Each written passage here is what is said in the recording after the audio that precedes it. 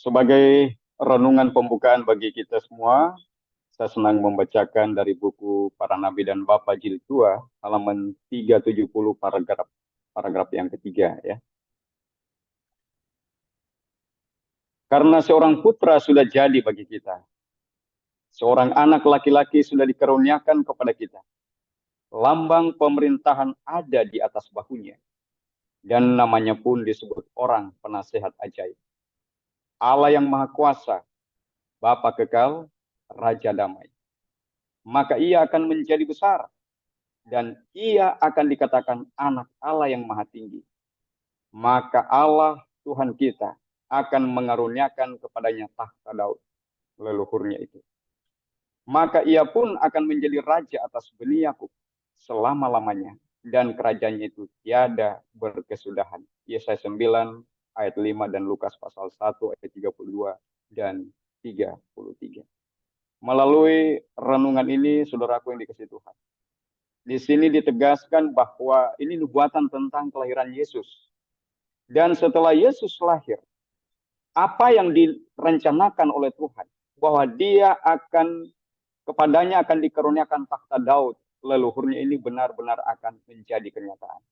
Tetapi kenyataan yang kita lihat bahwa sesudah Yesus lahir, dia belum menerima tahta Daud itu.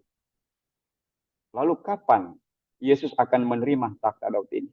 Melalui webinar yang ke-50 ini, kita akan mendapatkan jawaban kapan Yesus menerima tahta Daud ini. Mari kita bersatu dalam doa.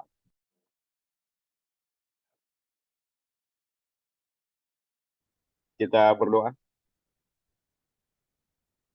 Bapa kami yang di sorga, dikuduskanlah kiranya namamu, datanglah kerajaanmu, jadilah kehendakmu di bumi, seperti halnya di dalam sorga. Terima kasih atas berkat sahabatmu yang kudus ini. Terima kasih oleh karena Bapa boleh mempertemukan kami kembali melalui webinar yang ke-50. Untuk itu Bapa, sucikan hati kami, penglihatan dan pendengaran kami, agar apa yang kami akan dalami pada saat ini, suatu pekabaran yang begitu indah dan mendalam, kami boleh dibuat mengerti melalui tuntunan kuasa Roh Kudus Tuhan, dan kehidupan kami boleh dikuduskan, agar kami boleh menjadi bagian dari kerajaan Daud yang akan datang ini. Dalam nama Yesus kami berdoa. Amin. Baik, saudaraku yang dikasihi Tuhan, judul webinar kita yang ke-50 ini, Nubuatan House of David, yang dinubuatkan dalam kitab Sakaria pasalnya yang ke-12. Di webinar kita yang sebelumnya, yaitu webinar 49 yang berjudul Janji Tuhan untuk Eksodus kedua. Ada 5 kesimpulan yang kita bisa lihat di sana. Ada 5 poin penting. Apa itu? Kita perhatikan ini. Pertama, akan terjadi Eksodus kedua dari semua negeri. Tuhan akan menjemput umatnya dari segala bangsa dan membawa mereka kembali ke tanah mereka sendiri. Dan selanjutnya Tuhan melakukan itu demi namanya yang kudus. Hati umatnya akan diganti dengan hati yang baru. Dan kemudian akan diberi roh yang baru. Tuhan menjadikan tanah perjanjian itu seperti Taman Eden. Saudara-saudaraku yang dikasihi Tuhan, kalau saudara belum nonton webinar kita yang sebelumnya, yaitu webinar 49, di mana janji Tuhan untuk Eksodus yang kedua ini, silakan dilihat kembali di link YouTube kita, Pekabaran bagi Zaman ini. Nah, webinar kita yang ke-50 ini adalah merupakan satu serial lanjutan ya dari webinar kita sebelumnya. Tetapi kali ini kita akan membuktikan cerita yang sama, tapi pembuktian dari jalur yang berbeda, saudara-saudara. Bahwa benar-benar akan ada sebuah kerajaan damai yang Tuhan akan berikan atas dunia ini sebelum kedatangan yang kedua kali. Inilah kehebatan dari pekabaran Tuhan, saudaraku. Karena untuk mengungkap satu kebenaran itu tidak cukup hanya satu alat bukti. Harus lebih dari satu alat bukti. Nah, sebenarnya kita sudah memberikan lebih dari satu alat bukti pada webinar-webinar kita sebelumnya, termasuk webinar kita tentang Exodus, janji Tuhan untuk Exodus yang kedua ya, dan juga webinar kita yang tahun lalu ada webinar yang berjudul mengenai kerajaan batu, Daniel pasal 2. Saudara-saudara juga boleh melihat di sana ya. Namun mungkin saudara-saudara masih meragukan bukti-bukti itu. Oleh karena itu dengan webinar kita yang ke-50 ini kita akan memperoleh bukti yang lebih meyakinkan lagi bahwa benar-benar akan ada sebuah kerajaan yang Tuhan akan pendirikan. Yang judulnya tadi House of David. House of David itu adalah kerajaan Daud. Jadi kita akan melihat nanti apa sebenarnya House of David itu.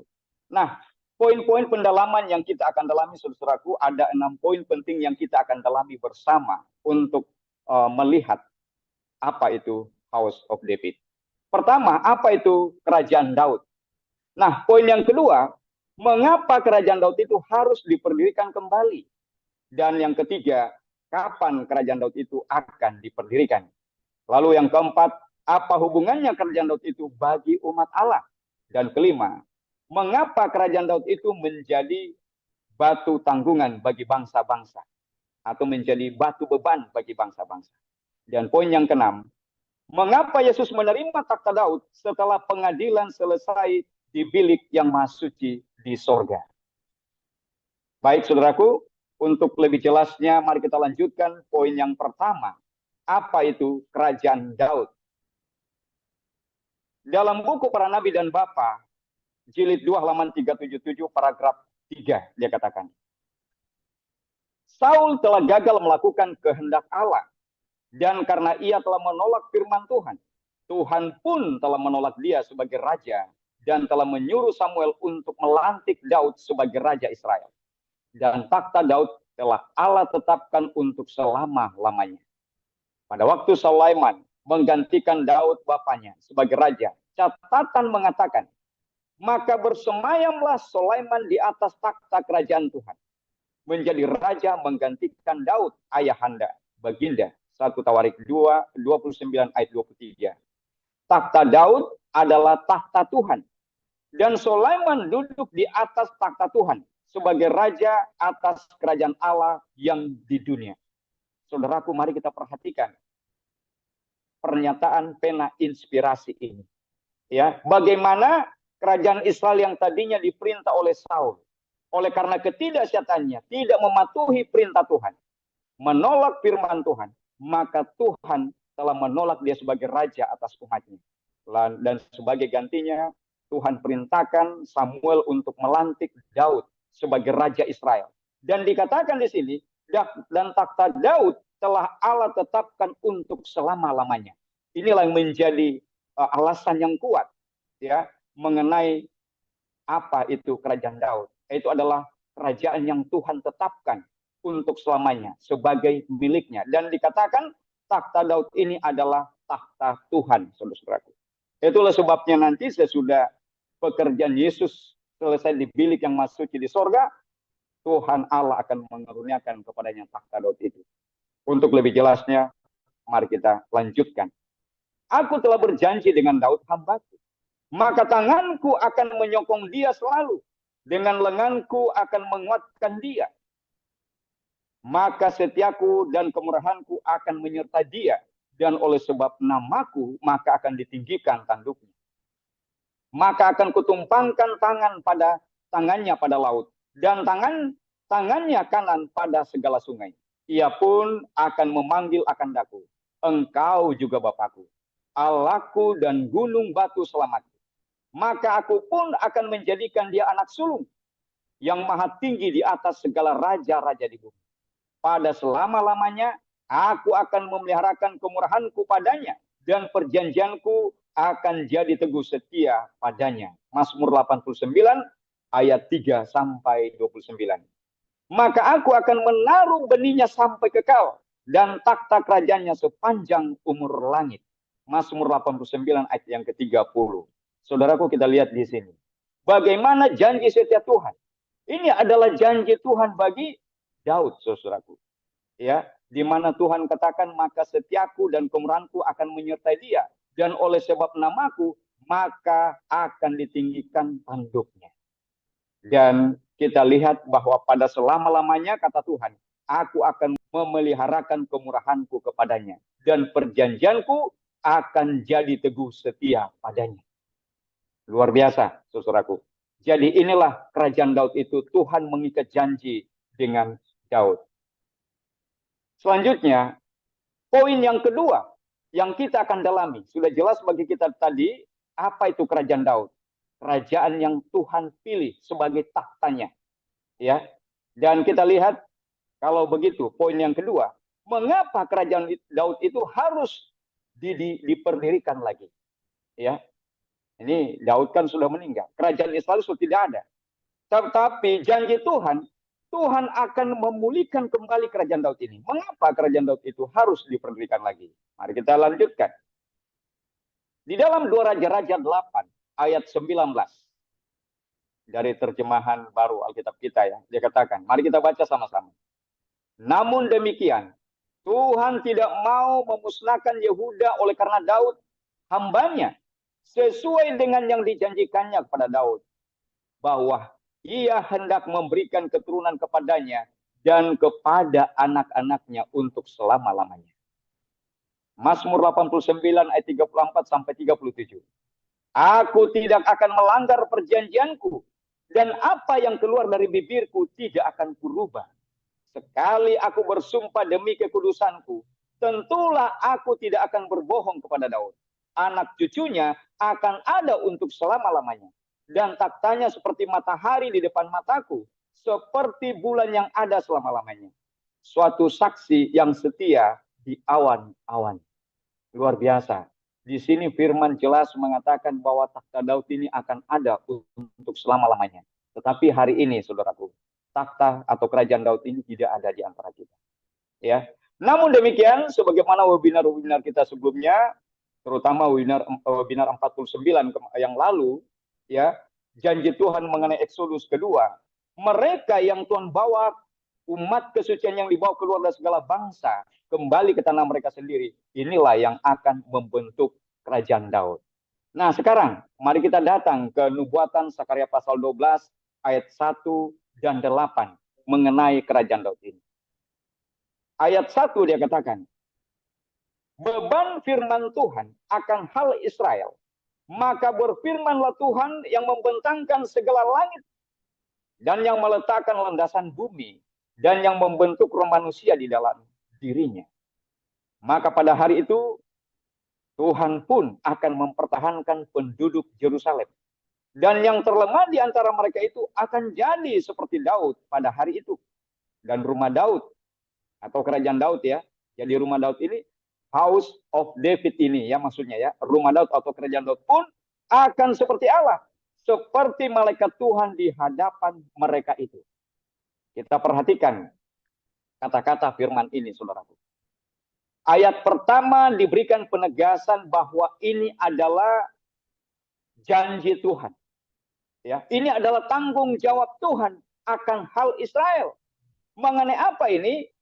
Janji Tuhan untuk membuat rumah Daud ini seperti Allah dan seperti malaikat Tuhan.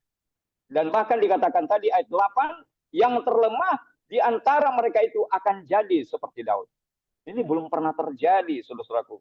Belum pernah Tuhan membuat umatnya di zaman dahulu yang terlemah di antara mereka kuat seperti Daud. Karena kenyataannya, pada saat orang Filistin, raksasa Goliat menentang pahlawan Israel, tidak ada yang kuat seperti Daud selain Daud sendiri. Tetapi menurut Sakaria pasal 12 ayat 8 ini, ada suatu kali nanti di mana Tuhan benar-benar akan mempertahankan penduduk Yerusalem dan yang terlemah di antara mereka itu akan jadi seperti Daud. Bahkan rumah Daud di sini, kerajaan Daud pun akan seperti Allah dan seperti malaikat Tuhan di hadapan mereka itu. Nah, mari kita lihat Yeskel 37 ayat 24 sampai 25. Ya, ini janji mengenai bagaimana Tuhan akan memulihkan kembali kerajaan Daud ini. Maaf, ada ayatnya yang terpotong, ini ayat 21 sebenarnya dan 22 ya.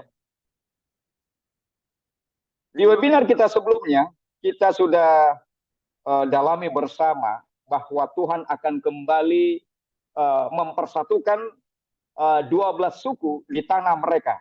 Di ayat yang ke-21 saya baca langsung dari Alkitabnya. Ya, dia katakan begini.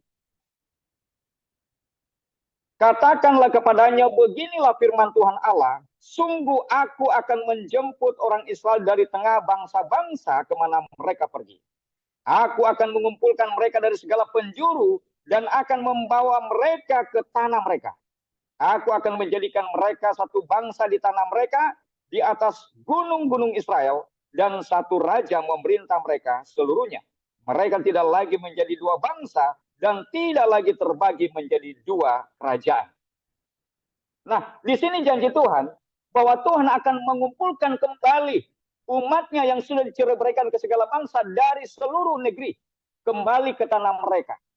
Dan Tuhan akan menjadikan satu bangsa jua di tanah mereka, tidak lagi terbagi menjadi dua kerajaan atau dua bangsa. Lalu kemudian ayat 24 sampai 25 mengatakan, maka hambaku Daud akan menjadi rajanya, dan mereka semuanya akan mempunyai satu gembala.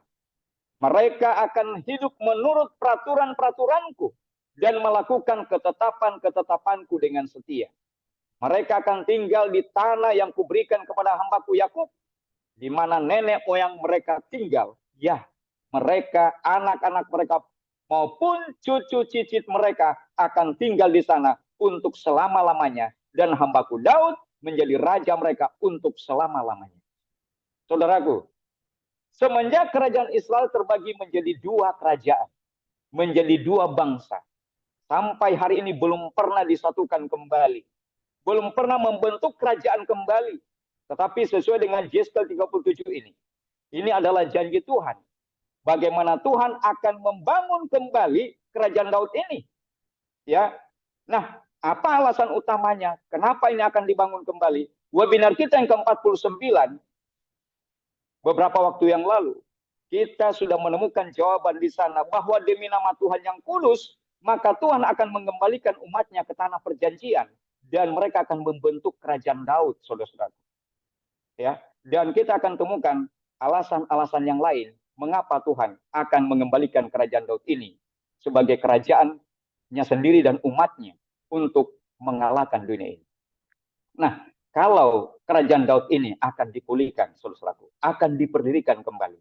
Kapan kerajaan Daud itu akan diperdirikan dan bagaimana? Mari kita lanjutkan. Menurut Daniel 2 ayat 44, ini sudah pernah kita webinarkan juga ya beberapa waktu yang lalu. Nah, saya tidak akan membaca keseluruhan ayat ini. Di ayat ini poinnya bahwa kerajaan ini akan berdiri sementara kerajaan-kerajaan dunia ini masih ada. Artinya apa? Sebelum kedatangan Yesus yang kedua kali. Pada zaman kita sekarang ini, saudaraku, Allah yang di surga akan mendirikan sebuah kerajaan yang tidak akan binasa. Lalu, bagaimana caranya ini? Ya kan? Zakaria 14 ayat 2 dan 3 mengatakan, aku akan mengumpulkan segala bangsa untuk memerangi Yerusalem. Kota itu akan direbut, rumah-rumah akan dirampoki, dan perempuan-perempuan akan ditiduri. Setengah penduduk kota itu harus pergi ke dalam pembuangan, tetapi selebihnya dari bangsa itu tidak akan dilenyapkan dari kota itu. Kemudian Tuhan akan maju berperang melawan bangsa-bangsa itu seperti ia berperang pada hari pertempuran. Saudaraku, mendahului pendirian kerajaan Daud, akan ada suatu peristiwa yang dahsyat yang akan terjadi, yaitulah perang dunia ketiga. Sebagaimana yang diramalkan dalam Zakaria 14 ayat yang kedua ini, bahwa Tuhan akan mengumpulkan segala bangsa untuk memerangi Yerusalem. Ini bukan Yerusalem baru, saudaraku, tapi ini adalah Yerusalem yang sekarang ini. Ya, tidak lama lagi peristiwa ini akan terjadi. Sementara perang dahsyat ini terjadi, Tuhan akan maju, saudaraku, untuk berperang melawan bangsa-bangsa yang datang memerangi Yerusalem. Mari kita lihat Zakaria 12 ayat 2 sampai 4. Bahwasanya Aku akan menjadikan Yerusalem sebuah piala yang berisikan minuman yang menggetarkan bagi segala bangsa sekeliling. Apabila mereka kelak mengepung baik terhadap Yehuda maupun terhadap Yerusalem. Dan pada hari itu, aku akan menjadikan Yerusalem sebuah batu tanggungan bagi segala bangsa. Barang siapa yang mengangkat akan dia itu akan dibinasakan. Jikalau berhimpun segala bangsa yang di atas bumi akan melawan dia sekalipun. Maka pada hari itu, demikianlah firman Tuhan. Akan kupalu segala kuda dengan kekejutan, dan segala orang yang mengendarinya dengan gila. Tetapi akan bangsa Yehuda mataku akan terbuka selalu. Sementara aku memalu setiap kuda dari bangsa itu dengan kebutaan matanya. Mari kita perhatikan, saudara-saudaraku.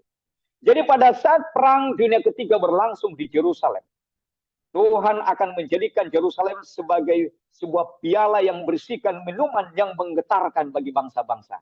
Artinya, melalui perang dunia ketiga ini, Tuhan akan membuat suatu kekejutan bagi bangsa-bangsa. Tuhan akan membinasakan bangsa-bangsa yang datang memerangi Yerusalem ini. Lalu kemudian mengosongkan tempat itu bagi masuknya umat kesucian. Jadi sementara Tuhan memalu bangsa-bangsa yang datang berperang ini, memerangi Yerusalem ini, tetapi pada saat yang sama, ya, mata Tuhan terbuka untuk umat kesuciannya. Ya, Tuhan akan membebaskan umatnya. Tuhan akan memerdekakan umatnya pada masa perang dunia ketiga. Dan kita lihat Zakaria 14 ayat 4 sampai 5. Tuhan menyingkirkan semua penghalang. Pada waktu itu, pada waktu kapan? Pada waktu perang dunia ketiga ini berlangsung. Kakinya akan berjejak di Bukit Zaitun yang terletak di depan Yerusalem di sebelah timur. Bukit Zaitun itu akan terbelah dua dari timur ke barat. Sehingga terjadi suatu lembah yang sangat besar. Setengah dari bukit itu akan bergeser ke utara dan setengah lagi ke selatan. Maka tertutuplah lembah gunung-gunungku, sebab lembah gunung-gunung itu akan menyentuh sisinya. Dan kamu akan melarikan diri seperti kamu pernah melarikan diri oleh karena gempa bumi pada zaman usia Raja Yehuda. Lalu Tuhan Allahku akan datang dan semua orang kudus bersama-sama dia.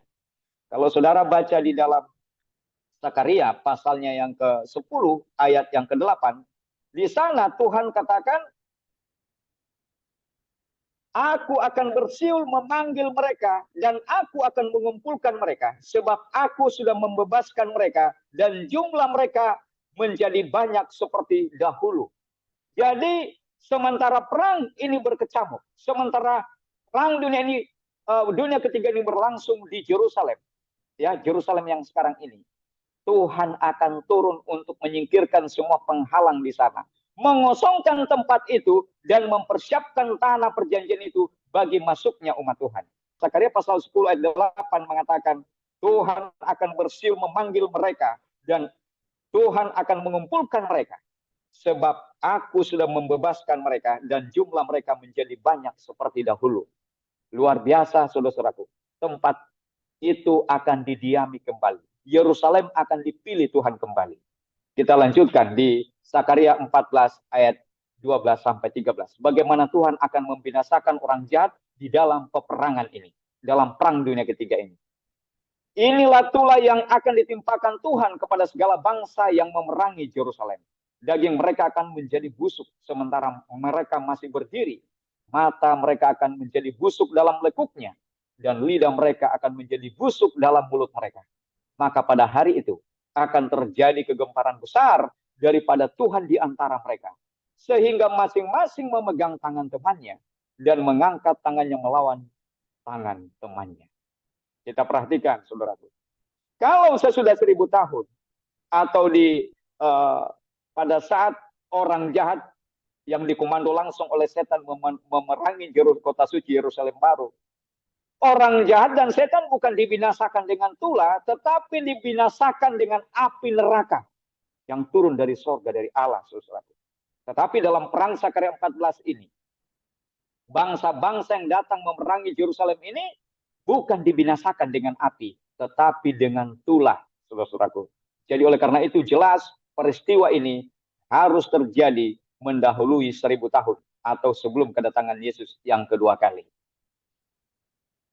Selanjutnya kita perhatikan ya. Jadi kalau tadi sudah jelas kapan kerajaan Daud ini akan berdiri, sementara kerajaan-kerajaan dunia masih ada, bagaimana caranya? Sementara perang dunia ketiga berlangsung, Tuhan akan turun untuk mempersiapkan tanah perjanjian bagi masuknya umat Tuhan, menyingkirkan orang-orang berperang di sana.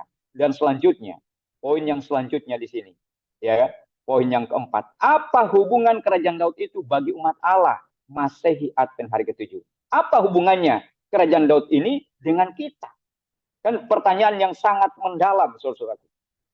Pada webinar kita sebelumnya, terutama webinar keempat dan kelima mengenai 144.000, ya, bahwa 144.000 itu adalah orang Israel, saudara-saudaraku.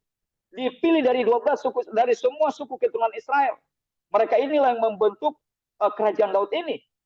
Dan Nabi Tuhan Ellen G. White menegaskan dalam webinar kita yang keempat dan kelima, hamba Tuhan Ellen G. White menghimbau kita semua sebagai umat Advent untuk berjuang. Marilah kita berjuang dengan segera kuasa untuk menjadi bagian dari 144.000 itu. Jadi berhubungan, saudaraku. Mari kita lihat Yeremia 23 ayat 5 sampai 8. Sesungguhnya waktunya akan datang, demikianlah firman Tuhan, bahwa aku akan menumbuhkan tunas adil bagi Daud. Ia akan memerintah sebagai raja yang bijaksana dan akan melakukan keadilan dan kebenaran di negeri. Dalam zamannya Yehuda akan dibebaskan dan Israel akan hidup dengan tentram. Dan inilah namanya yang diberikan orang kepadanya, Tuhan kebenaran kita.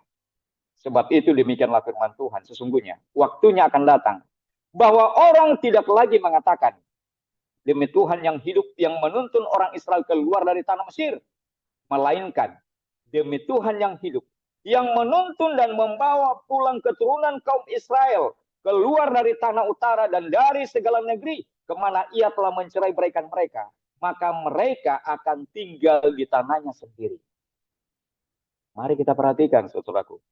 Ya, jadi kapan waktunya yang akan datang ini? Di mana Tuhan akan menumbuhkan tunas adil bagi Daud. Yaitu pada zamannya Yehuda akan dibebaskan dan Israel akan hidup dengan tentram. Apakah ini sudah terjadi? Tentunya belum. Ya, kapan kita benar-benar mengatakan Tuhan kebenaran kita? Pada saat Tuhan membawa pulang keturunan kaum Israel dari tanah utara, dari segala negeri, kembali ke tanah mereka sendiri, saudaraku. Itulah masanya di mana kerajaan Daud ini akan diperdirikan kembali. Jadi siapa yang akan menjadi bagian dari kerajaan Daud ini? Kita, umat Masehi Advent ke-7 yang setia, yang akan membentuk jumlah 144.000, saudaraku. Sungguh suatu kabar sukacita yang luar biasa, ya, di mana janji ini ternyata akan digenapi oleh sidang Tuhan saat ini. Namun sedih kalau kita tidak mau percaya akan janji ini. Webinar kita sebelumnya juga, ya, mengenai Davidian tidak akan pernah mendirikan gereja. Pembuktian versi Saul dan Daud. Ya. Jadi, saudaraku yang dikasihi Tuhan, melalui webinar kita yang keempat dan kelima, kita diberikan petunjuk, ya. Dan melalui webinar bahwa Davidian tidak akan mendirikan gereja ini, kita juga mendapatkan petunjuk di sana. Kenapa? Karena gereja Masehi Advent ke-7 adalah sidang Laodikia, sidang yang terakhir, dari mana Tuhan akan memilih 144.000 orang yang akan membentuk sidang yang suci, yaitu kerajaan Daud ini. Itulah sebabnya sampai hari ini kita tidak boleh mendirikan gereja tandingan, karena kita adalah bagian dari gereja Advent. Dan kita memiliki sebuah pekabaran, kebangunan dan reformasi untuk memanggil saudara kita berkeluh kesah dan berseru membentuk jumlah 144.000 ini. Nah, sidang Tuhan akan menjadi kuat setelah membentuk kerajaan Daud. Jadi setelah melalui proses penyucian tadi, ya, pemisahan yang tidak setia dari antara yang setia, maka terbentuklah kerajaan Daud ini atau sidang yang suci ini. Sesuai dengan Sakaria 12 ayat 5 dia katakan. Lalu pemimpin-pemimpin orang Yehuda akan berkata dalam hati mereka bahwa segala orang isi Yerusalem akan menjadi kuatku dengan pertolongan Tuhan seluas sekalian alam, yaitu Allah mereka itu. Kapan para pemimpin orang Yehuda ini akan berkata dalam hatinya bahwa segala orang isi Yerusalem akan menjadi kuatnya? Setelah umatnya mengalami proses penyucian, saudara-saudaraku. Setelah umatnya dipisahkan dari dosa dan orang berdosa.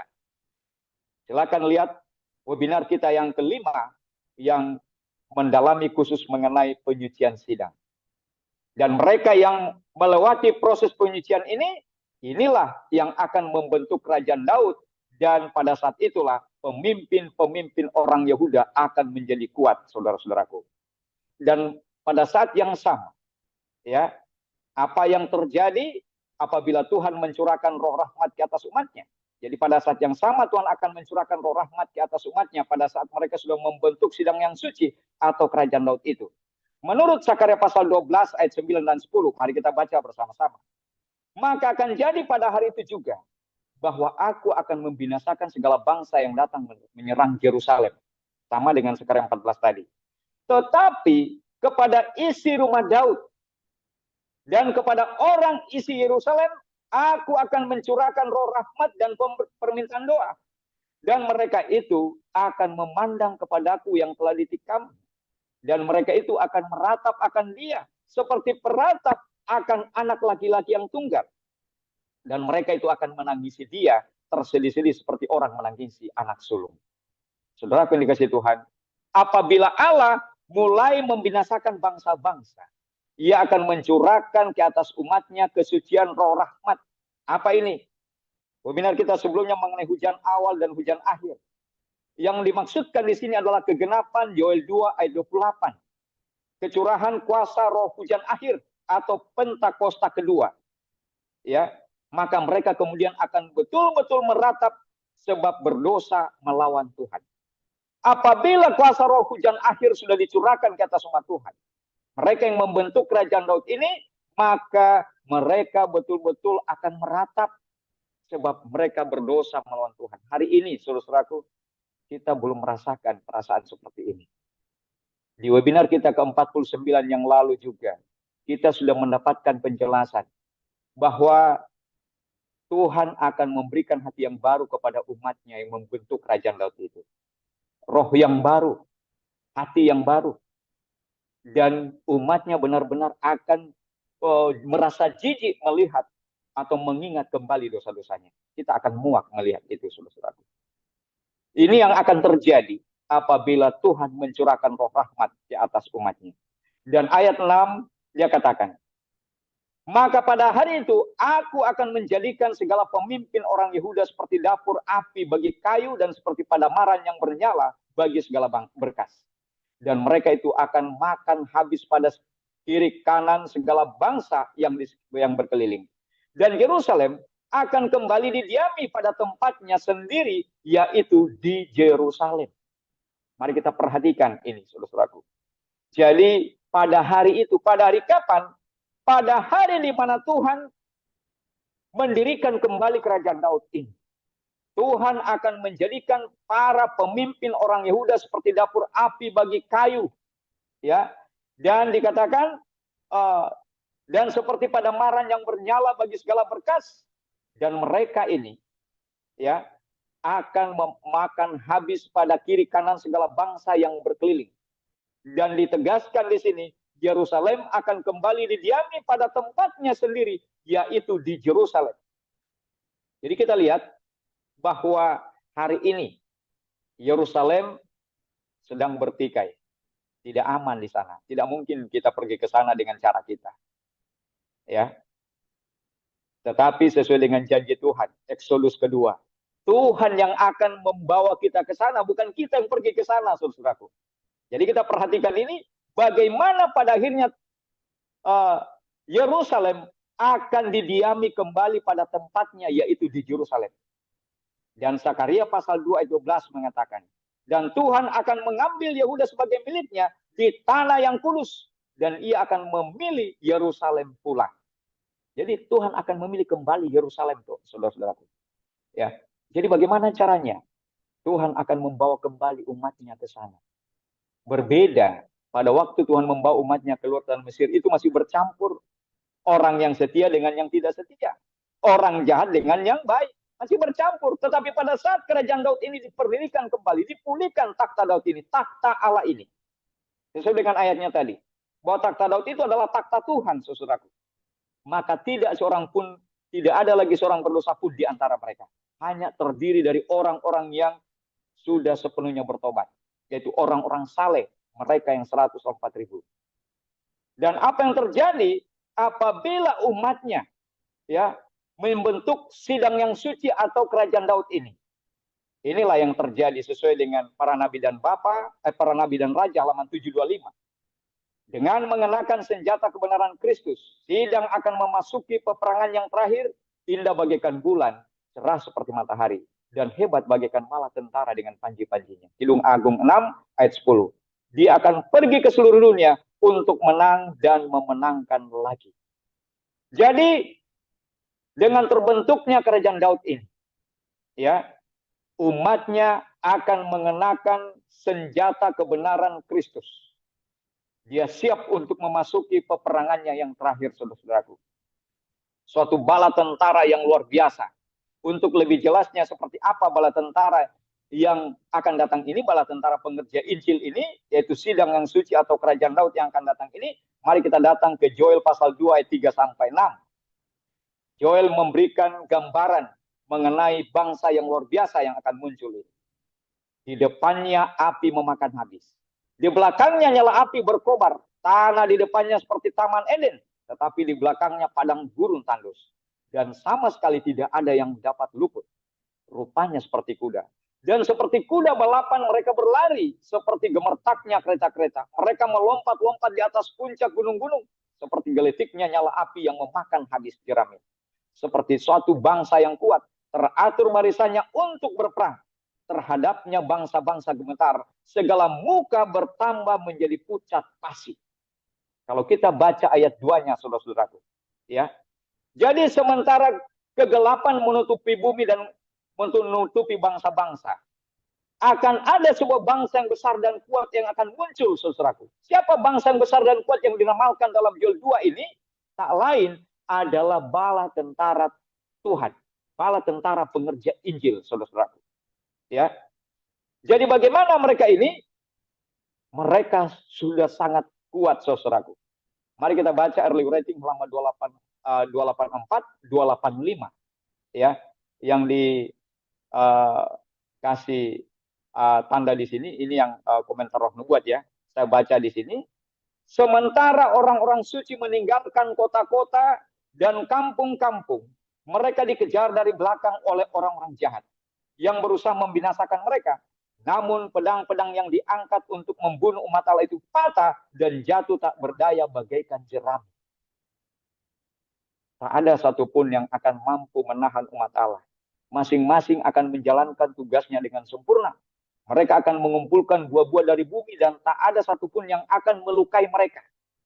Hanya dengan suatu bala tentara pengerja Injil yang anti peluru, kebal terhadap kematian, barulah pekerjaan Injil akan dapat diselesaikan, saudaraku. Kita kembali ke kitab Joel. Apa benar seperti ini? Joel 2 ayat 7 dan 8 mengatakan, mereka akan berlari bagaikan orang-orang kuat perkasa. Mereka akan memanjat tembok bagaikan prajurit-prajurit tempur. Dan mereka akan berbaris masing-masing pada jalan-jalannya. Dan mereka tidak akan merusak barisannya. Ataupun mendesak satu terhadap lainnya. Mereka akan berjalan masing-masing pada jalannya. Maka apabila mereka jatuh dimakan pedang, mereka tidak akan terluka. Saudaraku yang dikasihi Tuhan, kita perhatikan di sini. Ya. Jadi hanya oleh satu bala tentara, ya, yang kebal terhadap kematian, kebal terhadap senjata, barulah pekerjaan Injil bisa diselesaikan dalam waktu yang singkat. Dan gambaran pengerja Injil yang terakhir juga dibicarakan dalam trompet ke-6. Sudah kita webinarkan juga ini. Silakan lihat kembali di link YouTube Pekabaran Bagi Zaman ini mengenai trompet ke-6, saudaraku. Pengerja Injil, pasukan berkuda 200 juta pengerja. Ya, inilah gambarannya. Seperti berkepala singa, berbadan kuda, dan ekornya ekor ular, dan penunggangnya berbaju sirah. Ya, jadi inilah gambaran pengerja Injil yang terakhir, kebal terhadap kematian, anti peluru, saudaraku. Tidak ada lagi senjata yang dapat melukai mereka. Jadi, saudara-saudaraku yang dikasih Tuhan, betapa pentingnya kerajaan Daud ini bagi saudara dan saya. Ya. Oleh karena itu, kita akan lihat lebih dalam lagi. Mengapa kerajaan Daud ini menjadi batu beban bagi bangsa-bangsa? Kalau tadi memiliki hubungan dengan umat Allah, karena mereka yang membentuk kerajaan Daud ini adalah umat pilihan dari gereja Advent. Mereka yang 144.000, saudaraku. Dan sekarang, kalau kerajaan ini berdiri, ini akan menjadi batu beban bagi bangsa-bangsa. Mengapa? Kita lihat. Zakaria pasal 2 ayat 5, 10 sampai 12. Mari kita baca bersama-sama. Dan aku sendiri, demikianlah firman Tuhan, akan menjadi tembok berapi baginya di sekelilingnya. Dan aku akan menjadi kemuliaan di dalamnya. Bersorak-sorailah dan bersukarialah, hai putri Sion. Sebab sesungguhnya aku datang dan diam di tengah-tengahmu. Demikianlah firman Tuhan. Ada banyak bangsa akan menggabungkan diri kepada Tuhan pada waktu itu. Dan akan menjadi umatku. Dan aku akan diam di tengah-tengahmu. Maka engkau akan mengetahui bahwa Tuhan semesta alam yang mengutus aku kepadamu. Saudaraku, kita perhatikan ini. Jadi Tuhan mengatakan di sini bahwa Tuhan akan menjadi tembok berapi bagi umatnya. Ya. Dan Tuhan katakan, aku akan menjadi kemuliaan di dalamnya. Kalau di dalam Yesaya 4 ayat 5 dan 6, di sana dikatakan, pada siang hari akan ada tiang awan. Dan pada malam hari akan ada tiang api yang menaungi umat kesuciannya. Di zaman Musa itu pernah berlaku. Dan kembali akan terulang, saudara-saudaraku. Di mana Tuhan benar-benar akan menjadi kemuliaan di dalam umatnya, di antara umatnya. Dan pada saat Tuhan hadir di tengah-tengah umatnya, banyak bangsa akan menggabungkan diri kepada Tuhan pada waktu itu. Dan akan menjadi umat Allah. Dan Tuhan akan diam di tengah-tengah umatnya. Nah, kita perhatikan Yesaya 2 ayat 2 sampai 4. Di sana dikatakan, dan banyak orang, ayat 3. Dan banyak orang akan pergi lalu mengatakan, datanglah dan marilah kita naik ke gunung Tuhan, ke rumah Yakub, maka ia akan mengajarkan kepada kita segala jalannya. Dan kita akan berjalan di dalam segala lorongnya. Karena dari dalam Sion akan terbit hukum dan firman Tuhan dari Yerusalem. Pada saat kerajaan Daud ini diperdirikan kembali, saudaraku, Tuhan diam di tengah-tengah umatnya. Tuhan menjadi kemuliaan di tengah-tengah umatnya. Ya, akan ada tiang awan kembali pada siang hari dan tiang api pada malam hari. Dan itu akan menjadi tanda alamat bagi bangsa-bangsa kafir di sekelilingnya. Dan banyak bangsa akan datang dan mengatakan, marilah kita naik ke gunung Tuhan, ke rumah Allah Yakub. Ya, di ayat yang kedua ya, Yesaya 2:2, maka segala bangsa akan mengalir masuk ke dalamnya. Ya. Dan bangsa-bangsa yang datang menggabungkan diri dengan kerajaan Daud ini, mereka tidak akan lagi belajar untuk perang, saudara. Mereka akan menempa segala pedangnya menjadi mata bajak. Dan tombak-tombaknya menjadi sabit, saudara. Artinya apa? Mereka tidak lagi belajar perang. Tetapi mereka akan beralih bercocok tanam. Ya. Dan kemudian, di dalam Zakaria 8 ayat 21 dan 22, ayat ini sudah kita pernah webinarkan juga. Di sana dikatakan, kota yang satu mengundang kota yang lain. Dan masih banyak lagi bangsa-bangsa yang kuat yang akan pergi mencari Tuhan dan melunakkan hati Tuhan di Yerusalem. Masih banyak bangsa-bangsa yang besar dan kuat. Dan di Yesaya 60 ayat 9 sampai 11, saudara-saudaraku. Ya, apa dikatakan di sana? Kapal-kapal Tarsis, ya, raja-raja akan datang dengan kekayaan mereka. Mereka datang menggabungkan diri dengan kerajaan Tuhan. Nah, ini akan menjadi batu beban bagi bangsa-bangsa. Bukan hanya satu dua bangsa, tapi segala bangsa. Kenapa? Karena saudaraku, ya, coba bayangkan, kalau ada sebuah kerajaan damai berdiri atas dunia ini, yang dipenuhi dengan kuasa, di mana kemuliaan Tuhan ada di tengah-tengah mereka. Terjadi penyembuhan ajaib di sana. Kuasa penyembuhan ada di sana. Ya, apa yang terjadi? Kalau satu negara, contoh negara kita, para orang-orang hebatnya bertobat menyambut pekabaran yang dibawakan oleh 144.000. Sabat dikumandangkan dengan suara nyaring, saudaraku. Kebenaran dikumandangkan dengan nada yang keras. Ya, mereka yang menyambut pekabaran, orang-orang hebat yang ada di negara kita ini bertobat, lalu kemudian pergi meninggalkan negara kita ini. Secara sistem pemerintahan akan hancur, ekonominya akan hancur. Ya, karena Yesaya pasal 60 ayat yang ke-9, saudaraku, dia katakan, ya, sungguh aku ayat 10 ya, orang-orang asing akan membangun tembokmu dan raja-raja mereka akan melayani engkau. Sebab dalam murkaku aku telah menghajar engkau, namun aku telah berkenan untuk mengasihi engkau. Dan ayat 9 dia katakan, sungguh akulah yang dinanti-nantikan pulau-pulau yang jauh. Kapal-kapal Tarsis berlayar di depan untuk membawa anak-anak laki-laki dari jauh. Perak dan emasnya dibawa serta untuk nama Tuhan Allahmu. Jadi kita perhatikan bagaimana kekayaan bangsa-bangsa kafir akan mengalir ke dalam kerajaan Daud ini. Secara sistem pemerintahan akan hancur, saudaraku. Ekonominya akan hancur. Kalau orang-orang hebatnya berpindah, ya, berpindah ke satu negara, maka ini akan menjadi batu ancaman bagi bangsa-bangsa, batu beban bagi bangsa-bangsa. Nah, oleh karena itu, oleh karena kerajaan Daud ini akan menjadi ancaman bagi segala bangsa. Karena di masa inilah pekabaran suran keras itu, pekabaran suran keras, pekabaran suran nyaring, yaitu pekabaran malaikat ketiga ini akan menjadi suran nyaring bagi segala bangsa, memanggil semua umat kesucian keluar dari segala bangsa, masuk ke dalam kerajaan Daud. Ini akan menjadi ancaman bagi segala bangsa. Lalu apa yang terjadi, saudaraku? Di masa inilah undang-undang hari Minggu atau Sunday Law akan diberlakukan. Jadi kalau dulu Daud punya lawan yaitu raksasa Goliat, nah ternyata di akhir zaman ini umat Allah juga, ya, sidang yang suci ini atau kerajaan Daud ini juga akan menghadapi Goliat akhir zaman, saudaraku. Apa Goliat akhir zaman yang akan dihadapi oleh umat kesucian milik Tuhan? Webinar kita yang lalu mengenai Wahyu 13, Undang-Undang Hari Minggu, dan Wahyu pasal 17 kita dapatkan penjelasan bahwa Amerika akan membentuk patung binatang. Protestan murtad akan membentuk patung binatang. Ya, dan akan membuat undang-undang hari Minggu. Akan memberlakukan undang-undang hari Minggu.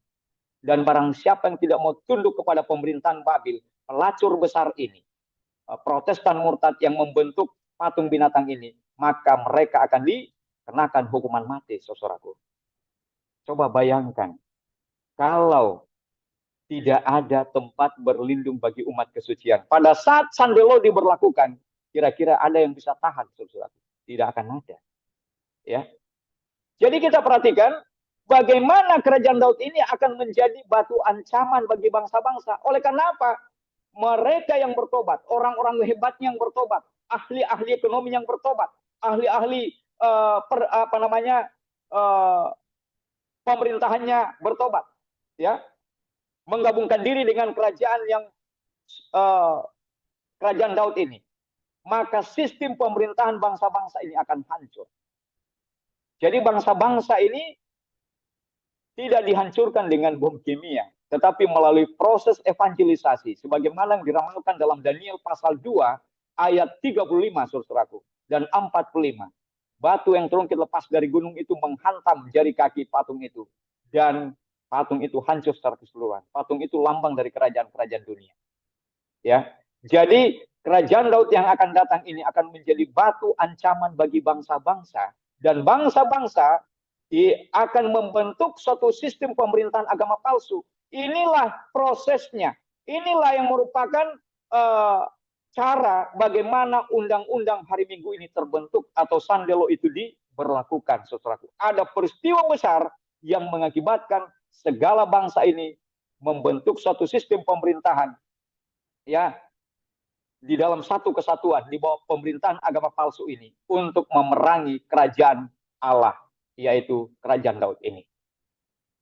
Silakan lihat link YouTube kita yang membahas khusus Wahyu pasal 13 ayat 11 sampai 18 dan Wahyu pasalnya yang ke-17.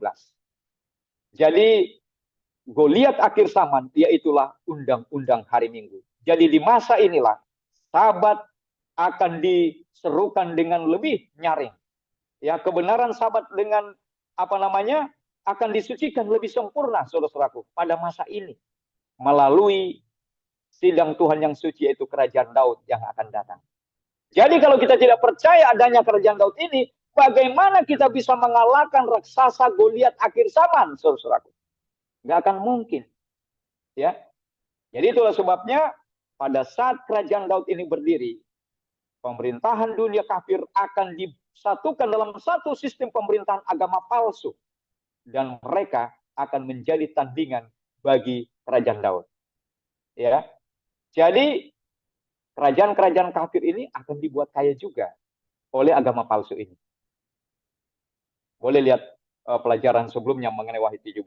Dan kita perhatikan bagaimana kerajaan Daud ini akan dijadikan sebagai senjata perang Tuhan pada saat undang-undang hari Minggu diberlakukan. Yesaya 51, 21 sampai 22 mengatakan, dengan engkau aku menghancurkan kuda dan pengendaranya. Dengan engkau aku menghancurkan kereta dan penunggangnya. Dengan engkau aku menghancurkan orang laki-laki dan perempuan. Dengan engkau aku menghancurkan orang tua dan muda. Dengan engkau aku menghancurkan teruna dan darah. Dan Yesaya 60 ayat 12. Sungguh bangsa dan kerajaan yang tidak mau mengabdi kepadamu akan lenyap. Bangsa-bangsa itu akan dirusak, binasakan. Saudara-saudaraku yang dikasihi Tuhan. Bangsa-bangsa atau kerajaan-kerajaan atau negara-negara yang tidak mau menggabungkan diri dengan kerajaan Daud ini, pada akhirnya akan dirusak, binasakan oleh Tuhan. Ya, tidak akan ada yang tersisa. Namun sebelum pembinasaan secara lengkap itu terjadi, umat kesucian, mereka yang akan diselamatkan, saudaraku, dipanggil semuanya keluar dari segala bangsa kafir, masuk ke dalam kerajaan Daud. Ya, dan kita perhatikan sejarah para nabi, halaman 119 paragraf 1, apa dia katakan? Demikianlah Allah akan membinasakan orang jahat dan melenyapkan dari dunia ini. Tetapi orang-orang benar akan dipelihara di tengah-tengah bencana tersebut. Sebagaimana Nuh telah dipelihara di dalam batra.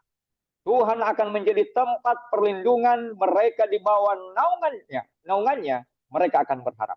Pemazmur berkata, sebab Tuhan ialah tempat perlindunganmu. Ya Maha Tinggi, yang Maha Tinggi telah kau buat tempat perteduhanmu, malapetaka tidak akan menimpa kamu. Mazmur 91 ayat 9 dan 10. Sebab ia melindungi aku dalam pondoknya pada waktu bahaya. Ia menyembunyikan aku dalam persembunyian di kemahnya. Ia mengangkat aku ke atas gunung batu. Mazmur 27 ayat 5. Janji Allah adalah, sungguh hatinya melekat kepadaku. Maka aku akan meluputkannya. Aku akan membentenginya sebab ia mengenal namaku. Mazmur 91 ayat 19. Jadi saudaraku yang dikasihi Tuhan, sama seperti di zaman Nuh. Ya, sebelum air bah membinasakan bumi ini, Tuhan telah memerintahkan kepada Nuh untuk membangun sebuah tempat berlindung. Nah, demikian pula dalam contoh saingannya ini. Ya, ada sebuah batra perlindungan bagi umat kesuciannya. Yaitulah kerajaan Daud ini, saudaraku. Ya, sebelum 7 malapetaka atau 7 bela itu dicurahkan ke atas dunia kafir yang tidak mau bertobat, orang-orang kudus atau umat kesucian milik Tuhan sudah harus berada di suatu tempat yang aman, jauh dari 7 malapetaka itu. Makanya Wahyu 18 ayat 4 mengatakan, keluarlah kamu hai umatku, keluarlah kamu daripadanya, supaya kamu jangan terbabit dengan segala dosanya. Wahyu 18 ayat 4. Kalau disuruh keluar, berarti disuruh pergi ke suatu negeri di mana tidak ada dosa Babil dan celaka Babil. Di mana itu? Di tanah perjanjian. Itulah kerajaan Daud. Jadi bayangkan saudara-saudaraku, kalau kita tidak percaya akan hal ini, apa yang akan terjadi dengan kita? Bagaimana nasib kita? Tentunya kita tidak akan menyaksikan peristiwa besar ini. Kita kembali ke Sakaria 12 ayat 8. Umatnya jadi seperti Daud dan seperti Tuhan. Maka pada hari itu, Tuhan pun akan mempertahankan penduduk Yerusalem Dan yang terlemah di antara mereka itu akan jadi seperti Daud pada hari itu. Dan rumah Daud pun akan seperti Allah, seperti malaikat Tuhan di hadapan mereka itu. Saudaraku, kerajaan Daud seperti malaikat Tuhan. Apa artinya jadi seperti malaikat Tuhan? Artinya bahwa jika kita hendak menjadi anggota-anggota dari kerajaan Daud, maka kita harus menjadi seperti Daud. Seperti Allah dan seperti malaikat-malaikat juga. Saudara tahu, malaikat-malaikat melebihi dalam kekuatan. Mereka mematuhi perintah-perintah Allah. Mereka mendengarkan suara firman-Nya. Mereka selalu siap sedia untuk memberikan pelayanan kepada orang-orang suci. Dan mereka membawanya dengan aman melewati setiap pertikaian sepanjang zaman. Allah mengharapkan sidangnya atau umatnya, ya, dan semua umatnya untuk menjadi seperti itu. Seperti malaikat Tuhan. Kita harus seperti malaikat, saudaraku, siap sedia untuk memberikan pelayanan, ya, tanpa memandang waktu dan keadaan. Sama seperti malaikat-malaikat. Jadi seperti Daud, harus jadi pemberani seperti Daud, siap menghadapi raksasa Goliat. Bagaimana kita bisa jadi seperti Daud? Mari kita membentuk kerajaan Daud yang akan datang. Dan jadi seperti Allah. Allah bukan hanya mengasihi makhluk ciptaannya. Dia bukan hanya mencipta, tetapi dia mengajarkan kehidupan kepada makhluk ciptaannya. Bagaimana untuk hidup, bagaimana membuat rumah, bagaimana memelihara anak-anak, ya kan? Pada waktu dia menciptakan burung, dia bukan hanya menciptakan burung, tapi dia mengajarkan burung itu bagaimana membuat rumahnya sendiri, bagaimana memberikan makan anak-anaknya. Allah adalah kasih, dan kita harus seperti Tuhan, mengasihi dan mengajarkan kehidupan kepada orang lain seperti Allah kita. Dan poin yang keenam, mengapa Yesus menerima takhta Daud setelah pengadilan selesai di bilik yang maha suci di surga? Ya, jadi saudara-saudaraku yang dikasih Tuhan, bagaimana Yesus akan menerima takhta Daud kalau pekerjaannya belum selesai, atau kalau kerajaan Daud itu tidak ada?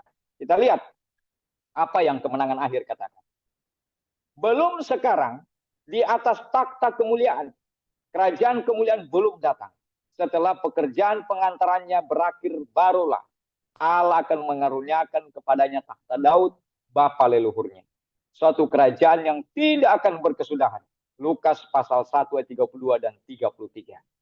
Jadi belum sekarang, saudara-saudaraku, Yesus belum menerima takhta Daud itu. Kenapa? Karena dia masih melayani di bilik yang maha suci sebagai pembela.